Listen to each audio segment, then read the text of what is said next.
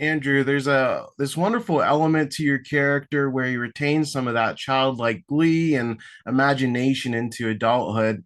I imagine as an actor, you can really relate to that since you get to play pretend and tell these really resonant stories for a living. Can you speak to that aspect of your character because it has such a great payoff in the film? That's sweet of you to say. Yeah, I think that's one of the reasons why I wanted to do it.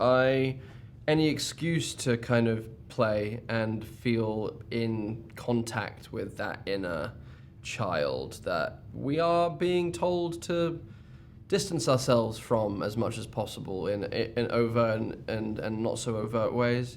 So yeah, no, I love it. I feel so ridiculously lucky that this is what we get to do for a living, and yeah, I mean, and working with the kids was a big part of it. Being with those young actors was the kind of medicine, was the kind of remedy for me and for Claire. We really just lent on them to guide us in terms of how to play these parts and how to enjoy each day on this set. It was really really joyful.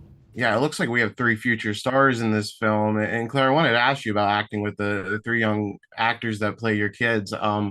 They're all at slightly different moments with their parents. So, the oldest is a bit more rebellious. How is it working with them and just making each of those relationships feel, distinct?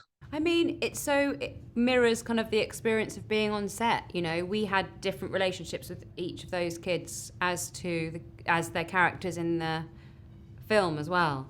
Honestly was just so lovely, and so much of filming is not when you're actually shooting, and so much of the conversations we had when we weren't shooting and how we were with each other sort of just bled into the film in lots of ways. I just ended up being really nostalgic and kind of wanting to be like they were as kids, sort of when I was a kid. I just found them really inspiring and so genuine and well adjusted and just interested in the world, so curious. And I just thought that was really refreshing and really lovely to see. Yeah, I love seeing that rejuvenation that actors get from working with some young kids. And Andrew, there's also this fun fish out of water subplot here as you guys move on to a farm. You're really struggling with the farm equipment during one of the scenes. Are you much of a handyman, or was it natural to just be out of your element with this farm machinery? I'm more of a handyman than Tim, but that's not saying much. I definitely give things a try. And then you get the professional. And then I call someone. But I have a confidence in myself that I feel is really valuable. But it doesn't ultimately amount to much. I like, again, I'm in the right profession. I'm very good at pretending to be able to do things. Yeah. I'm very good at acting as if I can do. I believe in myself so much. He really does. And then, so much. It's very convincing. And then there's not a lot of follow through. But it's the ideal profession. It really is. So good. I could really convince you I could fix some plumbing. I could convince you that I could make a table. I'm not going to make the table though. I love that. And Claire, my last question: the brilliant Simon Farnaby adapted this book. What did you like most about just how he updated this to be in the modern time? Because there's a really fun tech element to this film as well. Yeah, I think he's got funny bones and he sees the world in such a humorous way.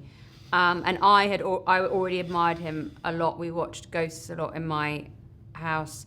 And I think he's brilliant. And it's very non-patronizing. He's not ever, you don't ever feel like he's preaching. You don't feel like he's kind of even telling you what the film is. Yeah. He's so open, his script is so open to interpretation and so playful and